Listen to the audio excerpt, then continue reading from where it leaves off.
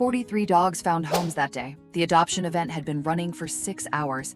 Every kennel in the building was empty now, except one.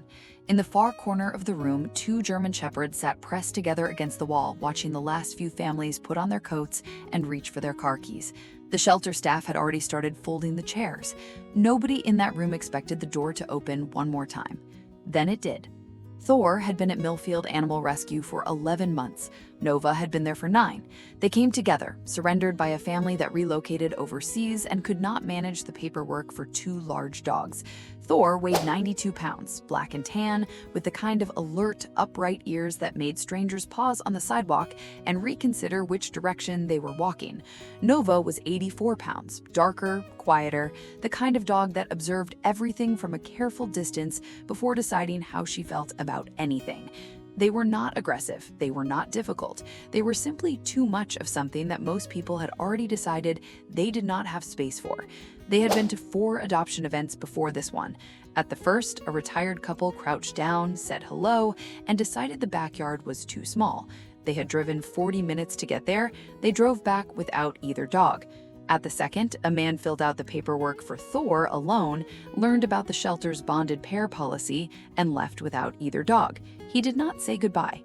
At the third, a woman had genuinely connected with Nova for nearly 20 minutes before her husband shook his head from across the room. Nova watched her walk away. At the fourth, they were not rejected. They were simply invisible. Not a single person stopped. The staff walked them back to their kennel that evening, and neither dog made a sound. Today had started with more promise than usual. The event was large, the turnout was strong, and the shelter staff had prepared laminated materials about Thor and Nova's history and temperament. Bonded pair, calm indoors, excellent with structure, looking for a patient home. The sign did not help as much as they had hoped. By mid-morning, 2 families had read the sign and moved on without a word. By noon, a man had let Thor sniff his hand, stood back up, and said he needed to think about it. He did not come back. By early afternoon, the familiar rhythm had returned. Other dogs were going home one by one. Thor and Nova were brought into the main area twice. The first time, a family with 2 teenagers looked interested for about 4 minutes before the father said they traveled too much. The second time, no one made eye contact at all. They were walked back to their corner, and the afternoon continued without them. By 5 o'clock, with the event scheduled to close at 6, the room had thinned considerably. Most of the dogs were gone. Most of the families had gone. Thor was lying down with his head on his paws. Nova was sitting upright beside him, still watching the door with the focused patience of a dog who had not yet decided to give up. Sarah, the shelter coordinator who had been with both dogs since their arrival, sat down on the floor next to them. She had stopped pretending the afternoon was going to turn around. She was just keeping them company. That was when the door opened one more time. She did not look uncertain. She did not look like someone who had arrived at the wrong address. She looked like someone who had made a decision on the drive over and had not changed her mind by the time she reached the parking lot. Megan Calloway was 31 years old, a former middle school art teacher who had taken leave after her daughter was born. Rosie was 4 months old, round-faced, awake in her car seat with the mildly suspicious expression of a person who had opinions but was still developing the vocabulary to share them. Megan had heard about the event from a neighbor that morning. She had not planned to come. She had a 4-month-old. She hadn't slept more than 5 consecutive hours since February. She was not, by any reasonable measure, in a position to also have 2 large German Shepherds. She drove to the community center anyway. She told herself she was just looking. When she walked through the door and scanned the room, most of the stations were empty or being broken down. Her eyes moved to the far corner. 2 German Shepherds, one lying down, one sitting up, a laminated sign she couldn't read from across the room. She walked over. Sarah stood up when she saw her coming, then stopped. She looked at the car seat, she looked at the dogs. She had learned to manage her expression at these events, but this particular combination required a brief moment of adjustment. Megan set the car seat down on the floor a few feet from the dogs and crouched to read the sign. Thor lifted his head, Nova shifted her weight and looked at the car seat. Then Nova did something she had not done at any of the 4 previous events. She stood up, took 3 careful steps forward, and lowered her head slowly until her nose was level with the edge of Rosie's car seat. She did not touch her, she did not make a sound. She just stopped there, completely still, and breathed in slowly. Rosie looked at Nova with the calm, unhurried attention of a baby who does not yet know this is supposed to be a significant moment. Thor watched from where he was lying. His tail moved once, slowly against the floor. Megan looked at Sarah. Sarah looked at Megan. Neither of them said anything. If you're still here and haven't subscribed yet, that honestly stings a little. Hit subscribe. You're gonna want to see where this goes. The paperwork took 40 minutes. By the time Megan finished, the last of the folding chairs were stacked against the wall, and the lights in the main hall had been switched off. Sarah helped her get Thor and Nova settled for the drive home. Both dogs fit in the cargo area of her SUV, pressed together the way they always were. But neither of them took their eyes off Rosie's car seat the entire ride. The first night was not easy.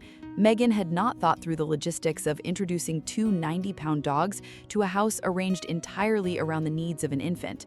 Baby gates, a bassinet in the bedroom, a changing table, soft objects at every low height.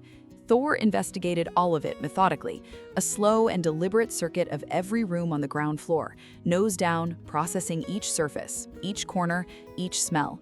Nova went directly to the corner of the bedroom closest to the bassinet and sat down. Megan moved her twice. Nova returned both times. On the third attempt, Megan stood in the doorway, looked at Nova looking back at her, and decided this was not a conversation she was going to win. By midnight, Thor had claimed the left side of the hallway outside the bedroom door. The house was quieter than it had been in months. That was the strange part. There were now two large dogs and a baby in it instead of just the baby, and somehow the silence was different, steadier. She had expected chaos. She did not find it. When Rosie stirred at 2 a.m. for a feeding, Thor lifted his head in the hallway, tracked the sound, and put his head back down when Megan appeared. Nova watched from her corner without moving. Megan sat in the feeding chair at 2:17 a.m. in a house she no longer recognized, in the best possible sense of that phrase. The days that followed built on each other quietly. Thor learned which rooms Rosie spent the most time in and positioned himself near the doorways without instruction.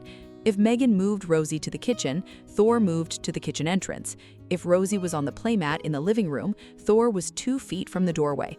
He did not need to be in the room. He needed to know what was in it. Nova established a pattern of lying within arm's reach of the playmat during the hours Rosie was awake on the floor.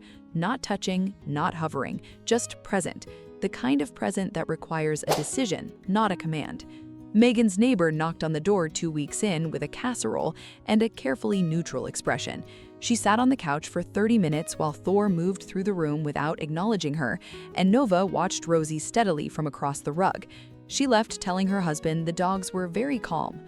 3 weeks in, Megan installed a small camera in the bedroom to check whether the overnight heating was reaching Rosie's sleeping area evenly. She reviewed the first night of footage on a Saturday morning while Rosie napped. What she saw made her set down her coffee and not move for a long time.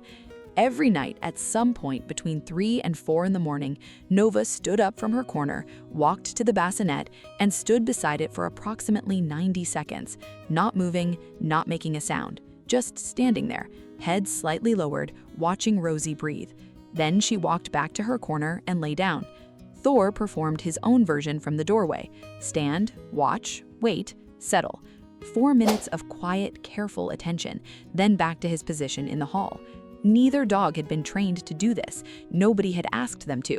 They had simply decided on their own, within the first 24 hours of being in this house, that this was part of what staying here meant. Megan watched the footage 3 times. Then she sat there for a long time. She thought about the 4 families who had walked past that corner on adoption day. She thought about the laminated sign. She thought about what it means for a dog to decide, without instruction and without any reward, that something in a new house is worth getting up for at 3 in the morning and standing beside in the dark. The adoption event coordinator called that same week to follow up. She mentioned carefully that a lot of people were surprised by Megan's decision: a single mother, a 4-month-old, 2 large German shepherds. It seemed like a lot to take on. Megan told her it was the easiest decision she had made since Rosie was born. She understood that better now, watching Nova stand in the dark beside a sleeping baby, watching Thor hold his position in the hallway like a dog who had spent 11 months in a shelter, waiting for a hallway worth standing in. Every family that walked past that corner on adoption day had a reason. Too big, too much, too complicated for someone already managing everything alone. And every single one of those reasons made perfect sense from the outside. But the family that was right for them walked in last. She was carrying the most, she had the least support, she had a 4-month-old in a car seat and no plan beyond the moment she was standing in, and she never hesitated once. Some dogs don't need the perfect home, they need the right one. And sometimes the right one shows up at the end of the day, after everyone else has already left, carrying more than anyone around her and choosing anyway. Rosie is 7 months old today. Thor still patrols the hallway every night without being asked. Nova still takes her position in the bedroom corner before Megan turns off the light. The laminated sign from the adoption event wall is framed on the hallway wall now, beside a photograph of all 3 of them on the floor from the first morning they all woke up in the same house. Bonded pair, calm indoors, excellent with structure, looking for a patient home. They found one. It just showed up last. Would you have walked through that door with a 4-month-old and no plan and said yes to 2 German Shepherds that everyone else passed by? Tell me in the comments.